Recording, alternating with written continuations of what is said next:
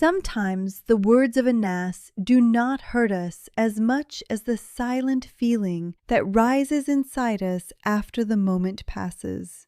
That feeling asks a painful question. Why did they allow themselves to speak to me like that? And why did I stay silent longer than I should have? The truth is difficult because it does not begin with them. It begins with us. It begins in the moment we smile while our limits are being crossed. In the moment we call weakness good manners. In the moment we confuse patience with surrender, softness with humiliation, and humility with the loss of dignity. And little by little, without noticing, we teach people how far they are allowed to go. Many people grow up thinking that being good means always tolerating, always staying quiet, always absorbing what should never have been thrown at them in the first place. They think silence is worship in every situation. They think tahammul al-ihana is elevation. They think Allah wants them to become easy to dismiss, easy to use, easy to overlook. But that is not true. Allah honored you before anyone ever knew your name. He raised your worth before any person had the right to judge it. He did not create you to become a place where disrespect feels normal. He did not create you so people could get used to stepping over your heart while you keep calling it kindness. Ask yourself honestly, how many times did you walk away from a conversation feeling broken, then whisper to yourself, "It is fine"? How many times did you give up a right in the name of being nice? How many times did you leave a moment replaying it in your mind, saying, "I should have spoken"? That inner voice is not weakness. It is not drama. It is not oversensitivity. It is your fitra warning you that something inside the balance of your dignity has been disturbed. There is a part of you that still remembers your worth, even when your habits do not. What most people do not understand is that respect is not noise. It is not aggression. It is not harshness. And it is not intimidation. Real respect begins as an inner condition before it ever becomes an outer reaction. It shows in your tone, in your silence, in the way you stand, in the choices you stop apologizing for. When you respect yourself, people feel it before you explain it. And the beautiful part is that you do not need to become cold, cruel, loud, or hurtful. Sometimes a few simple, honest, steady behaviors can restore your place even in the eyes of those who once underestimated you. The first change begins with boundaries. People are afraid of that word because they think boundaries mean rudeness, distance, or the loss of relationships. So they fear saying no. They fear being misunderstood. They fear being called difficult, arrogant, or changed. And because of that fear, they keep bending until they no longer know what shape they were originally meant to have. But the absence of boundaries is exactly what destroys respect. The person who does not define where they stand will always be placed wherever other people find convenient. Boundaries are not a performance of strength. They are an act of self-recognition. The moment you know where you stand, others begin to understand where they must stand too. The tragedy is that many of us were taught the wrong version of goodness. We were taught that good character means endless concession, that politeness means silence, that patience means tolerating what should be corrected.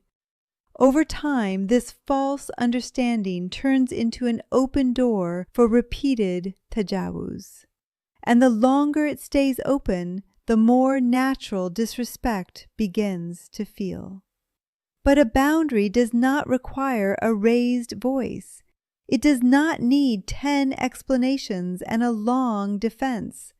Sometimes one calm sentence, one steady tone, one clear look is enough. The more you over-explain, the more you invite someone to negotiate with your dignity. The more you justify yourself, the more it sounds as if you are asking permission for a right that was already yours. What stops people from setting boundaries is often not weakness, but hunger for acceptance. We want to be liked. We want to be easy. We want people to keep seeing us as gentle and available and pleasant. But acceptance that comes at the cost of your dignity is not love. It is not loyalty. It is not real closeness. Any relationship that cannot survive your limits was never as healthy as you wanted to believe. And one of the most dangerous mistakes is to set a boundary once, then collapse under the first wave of pressure.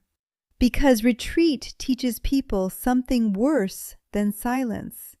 It teaches them that your no is emotional, temporary, and negotiable. Steadiness is what gives truth its weight. Another mistake that quietly weakens people is excessive explanation. Many do not realize that the more they speak about themselves, their intentions, their struggles, their pain, and their efforts, the less they are sometimes respected. They think constant explanation will make others understand them better, appreciate them more, and finally treat them fairly. But often the opposite happens. The person who keeps explaining themselves begins to stand in a defensive position all the time, as if their value needs ongoing proof. And when that becomes a pattern, people get used to hearing a lot and respecting very little. Silence is not always emptiness. Sometimes silence is power. The confident person does not keep announcing their worth. They do not narrate every sacrifice. They do not beg to be understood by those who have no interest in understanding. Their actions speak. Their limits are visible, and their presence carries weight without unnecessary speech. This does not mean you become emotionally closed or distant from everyone. It means you become selective. You ask before sharing, is this person worthy of this part of me? Will they protect what I reveal or use it later? Will this speech strengthen my dignity or weaken it? Not everyone who listens cares. Not everyone who asks wishes you well. And not every ear is a safe place for your story. There is also something deeply revealing about how you treat your own time. Many people allow others to waste their time, interrupt them, delay them, cancel on them, and keep them waiting without consequence. Then they wonder why they feel unimportant. The answer is painful but clear. Your time is one of the first messages of self-respect you send to the world. When you treat it like it is cheap, some people will learn to treat you the same way. Respecting your time does not mean becoming severe or robotic. It means clarity. It means knowing when you are available and when you are not. It means not rushing to prove your goodness by always being reachable, always saying yes, always dropping your own needs to rescue everyone else from inconvenience. Constant availability does not create love. It often creates consumption. The more you teach people that you will always respond immediately, always rearrange your plans, always delay your rest, the more they stop noticing your effort and start expecting it. And when you finally begin protecting your time, some will become upset. Not because you did something wrong, but because they had become comfortable with unlimited access to you. Their discomfort is not always evidence of your cruelty. Sometimes it is only evidence that a door they enjoyed walking through freely has finally been closed. Then there is one of the deepest traps of all, trying to please everyone. This illusion destroys more people than open conflict ever does. A person says yes while their heart is screaming no. They smile while exhausted. They agree before thinking. They carry what is not theirs. They fix what they did not break. And in the end, they do not gain lasting love. They lose themselves.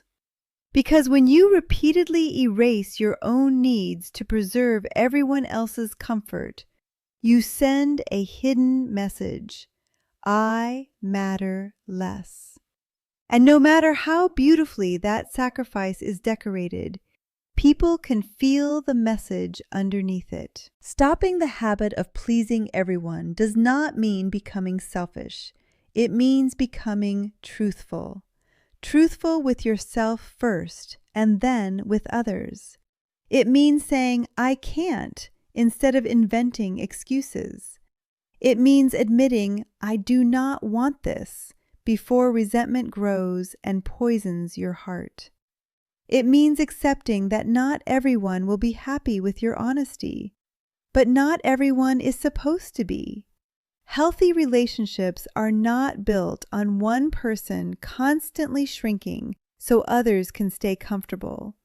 They are built on balance, on mutual regard, on space where two dignities can exist without one being sacrificed for the other. And perhaps one of the strongest acts of self-respect is this: when you say no, remain there.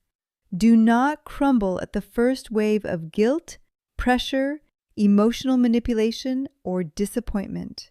When you retreat every time someone insists, you teach them that persistence will eventually break you. Your words lose weight. Your limits lose shape. Your decisions lose authority. But firmness is not stubbornness. Firmness is alignment. It is when your words match your convictions. It is when your no is not a temporary reaction, but a truthful expression of what you can and cannot carry. This is often the hardest part, because pressure rarely comes in an obvious form. Sometimes it comes as blame. Sometimes it comes as sadness.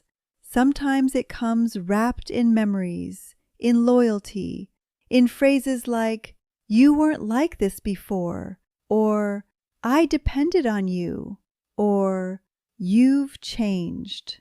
And perhaps you have changed. Maybe you had to. Maybe what they are mourning is not your kindness, but your unlimited availability. Maybe what disturbs them is not your new cruelty, but your new clarity. There is a difference, and learning that difference can save your peace. Another silent destroyer of respect is repeated tolerance of small violations. Not the huge insult that shocks everyone in the room, but the little things people dismiss. The sarcastic comment, the mocking tone, the interruption, the repeated lateness, the casual belittling of your opinions. The way your effort is overlooked while everyone acts as if this is normal. These moments seem small, but respect is not usually destroyed in one dramatic event. It is worn down through details. A pattern forms, a picture develops, and that picture becomes your place in the eyes of others. Stopping repeated disrespect does not mean turning every incident into a battle. It means becoming awake. Sometimes it is a calm sentence. Sometimes it is a changed tone. Sometimes it is a quiet withdrawal. Sometimes it is reducing access. Not every offense needs a speech.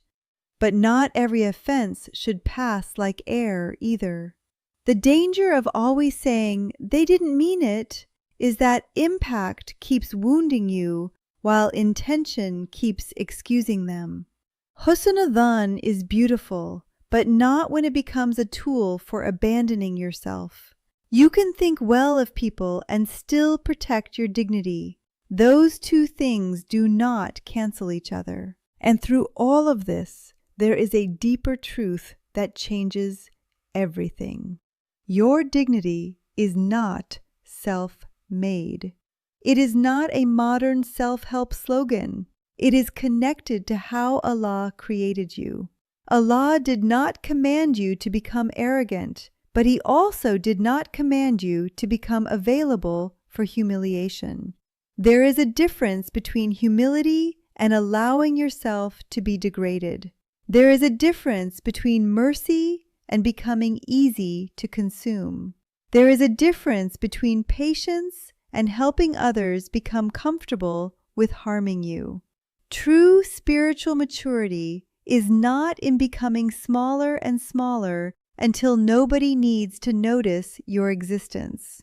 It is in carrying gentleness with strength, mercy with clarity, and humility without self-erasure. You may feel guilty in the beginning. That is normal. A person who has lived for years in patterns of overgiving, over-explaining, over-accommodating, and over-enduring will not suddenly feel peaceful the first time they protect themselves. Guilt will speak. It will ask, "Were you too harsh? Did you overreact? Are you becoming cold?" But not every guilty feeling is proof that you did something wrong. Sometimes guilt is simply the emotional withdrawal symptom of no longer betraying yourself. And then a small miracle begins. Once you become clear, people change. Some rise and meet your new standard with respect. Others pull away because the version of you they preferred was easier to use. In both cases, you win. The ones who honor you will come closer with healthier hearts. The ones who depended on your lack of boundaries will reveal themselves by leaving. Either way, the fog lifts. Either way, peace begins to return. Either way, your relationship with yourself becomes less fractured. What makes this transformation powerful is that it does not require drama. You do not need to threaten, perform strength, or announce your awakening to the world. You simply stop participating in your own diminishment. You stop explaining what does not need explaining. You stop making your life constantly available for interruption. You stop trying to purchase love through exhaustion. You stop accepting what wounds you in the name of being good. And from that quiet place, a new presence is born. A steadier one, a clearer one, a person whose kindness is still there, but no longer at war with their dignity. In the end, the people who truly respect you were never waiting for you to become harsher. They were waiting for you to become clearer. And the people who leave when you finally protect yourself were never in love with your soul. They were attached to your silence. So the question is not whether everyone will still like you after you change. The real question is whether you are ready to stop abandoning yourself just to remain acceptable to people who benefited from your confusion. There comes a moment in life when you must make a quiet decision inside your heart. I will no longer let my kindness be used against me. I will no longer call my fear good character. I will no longer call my silence wisdom when it is really surrender. I will no longer hand people pieces of my dignity and then wonder why I feel empty. I am worthy of respect, not because I forced it, and not because I demanded it, but because Allah honored me first. And when that truth settles deeply inside you, your words change, your silence changes, your choices change, and eventually the way people deal with you changes too. Sometimes all it takes to restore your place is not becoming louder, but becoming truer. Truer to your limits, truer to your worth, truer to what your heart has been trying to tell you for years. And once you learn that, you will never again confuse being good with being easy to break.